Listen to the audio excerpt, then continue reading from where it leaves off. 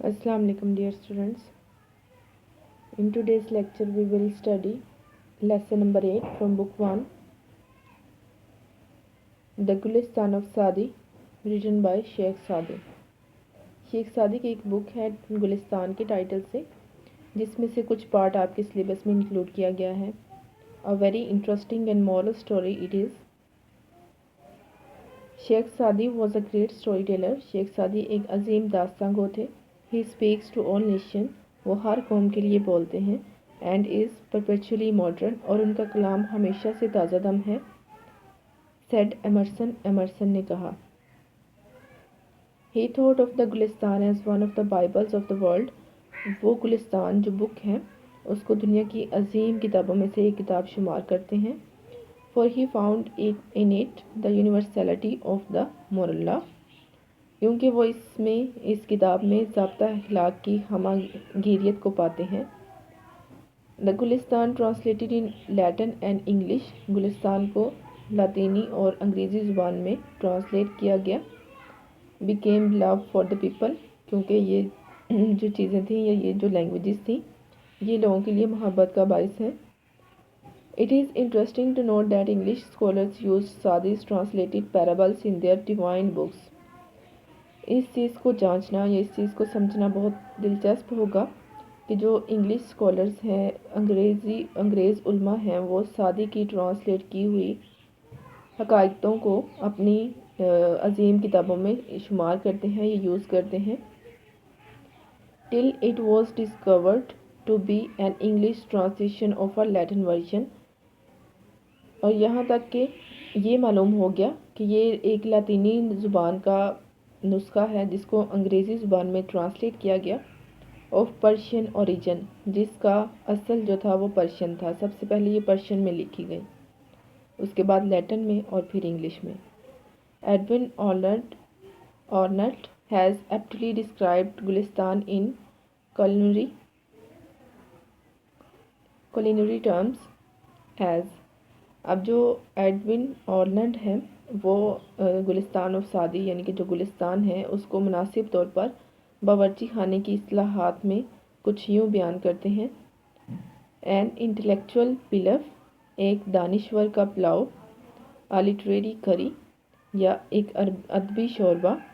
आ कबाब ओफा versatile genius, एक ज़हीन फतीन शख्स का कबाब. The readers are sure to enjoy these parables as food for thought.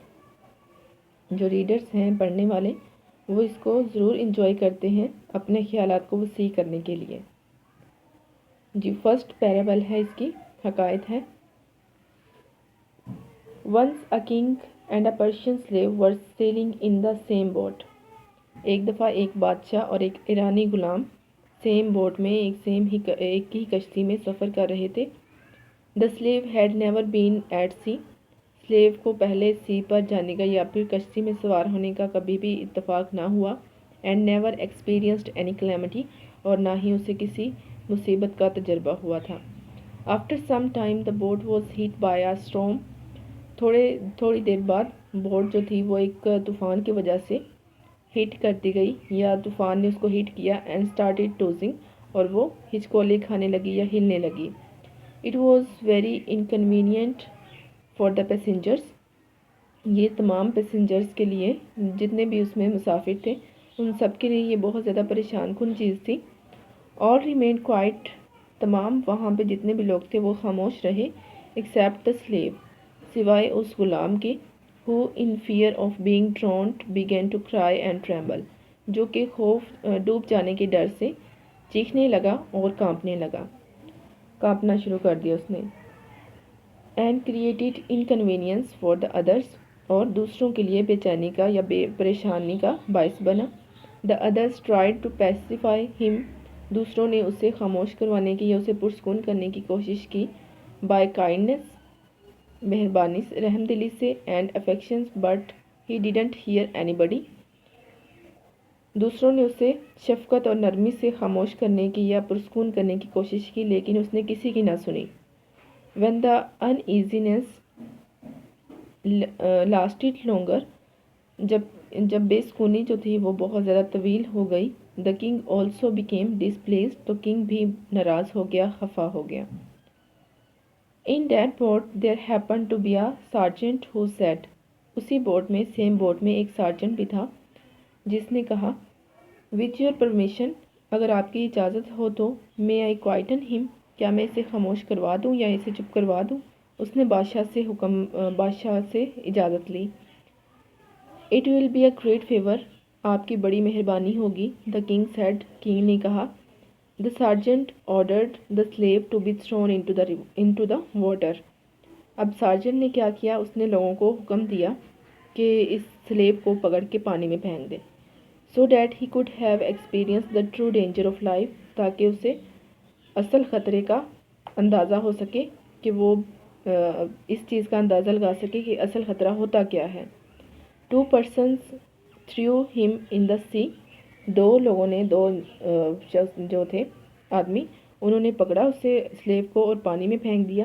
And when he was about to be drowned, اور جب وہ تقریباً ڈوبنے ہی والا تھا, they pulled him back to the boat, تو انہوں نے دوبارہ اسے واپس کشتی میں کھینچ لیا. And he clinging the stern with both of his hands, اور وہ اس نے کیا کیا, سلیب نے پھر بوٹ کا جو اگلا سرا تھا اس کو دونوں ہاتھوں سے مضبوطی سے پکڑ لیا اور اس کے ساتھ چمٹ گیا. دین ہی سیٹ ڈاؤن, اور پھر اس کے بعد وہ بیٹھ گیا ایک کونے میں. اینڈ ریمین کوائٹ, اور مکمل خاموشی سے, وہ پھر بالکل نہ بولا نہ ہی چلایا. This appeared strange to the king, king کو یہ بات بہت ہی عجیب لگی. He could not comprehend to wisdom in the action taken by the sergeant, جو کہ سارجنٹ کی جو عمل, اس نے جو عمل کیا تھا اس کی حکمت کو نہ سمجھ سکا. And he asked for it, اور اس نے اس سے پوچھا کہ اس کا مطلب کیا تھا یا اس کے پیچھے حقیقت کیا تھی. دا سارجنٹ ریپلائڈ, سارجنٹ نے جواب دیا, before he had experienced danger of being ڈراؤنڈ, ڈوب جانے کا جو خطرہ تھا اس کا تجربہ ہونے سے پہلے. He knew not about the safety of the boat, اسے کشتی کی جو سیفٹی تھی یا حفاظت تھی اس کے بارے میں معلوم نہیں تھا. A man doesn't realize the worth of safety from the misfortune until he has tasted it.